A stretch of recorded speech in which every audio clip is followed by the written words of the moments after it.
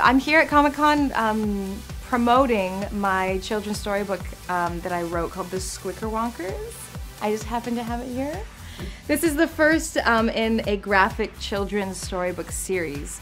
And I'm not sure. I mean, I've been asking around because this is the place where everybody knows about graphic books.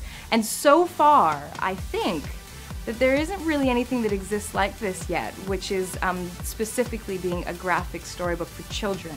A lot of graphic novels out there, but they're all designed for the big kids.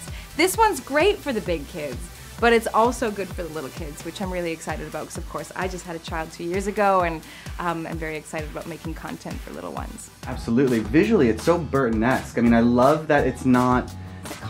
Oh, it's true. And it's not that it's talking down to children. It's really just giving them something unique that I know they're going to cotton to. And I love in the sort of dedication, you thank your mom, who basically read this 20 years ago. Is that right? Tell me a little bit about the origins of the Squickerwonkers. Well, when I was about 14 years old, I was crazy about Dr. Seuss, and I would have done anything to be able to write like him. So I would sit in my bedroom when other kids were partying, and I would try to write as well as he could, and of course I would fail miserably.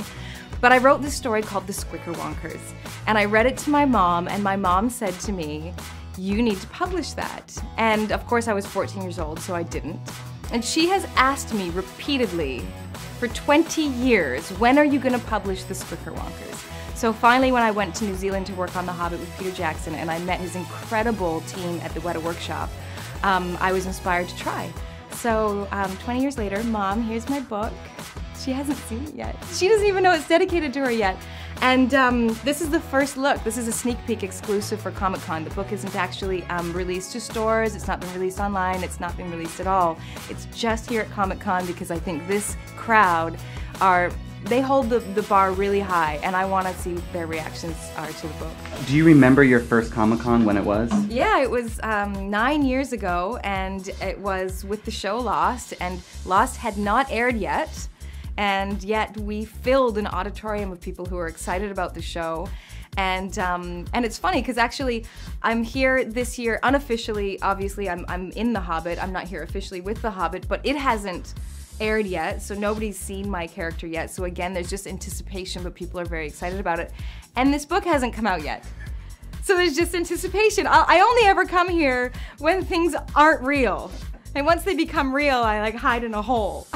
I love that. You know, speaking of your character in The Hobbit, we did get a glimpse of her in the new trailer. We saw the ears, we saw the hair, we saw you working a bow. How excited are you for people to see what you and Peter and the cast and the crew have brought to life in the new Middle-earth? I am so goddamn excited. I shouldn't say those words on television. I'm really, really excited because I think that, you know, especially with my character in particular, people are gonna love to hate her because she's not in the book. And I think it'll be very easy for her to come under a lot of rapid fire from diehard Tolkien fans. But I don't think, knock on wood, I don't think she will, because I think Peter and Philippa and Fran have created such a cool character. And I just don't think it's possible to not like a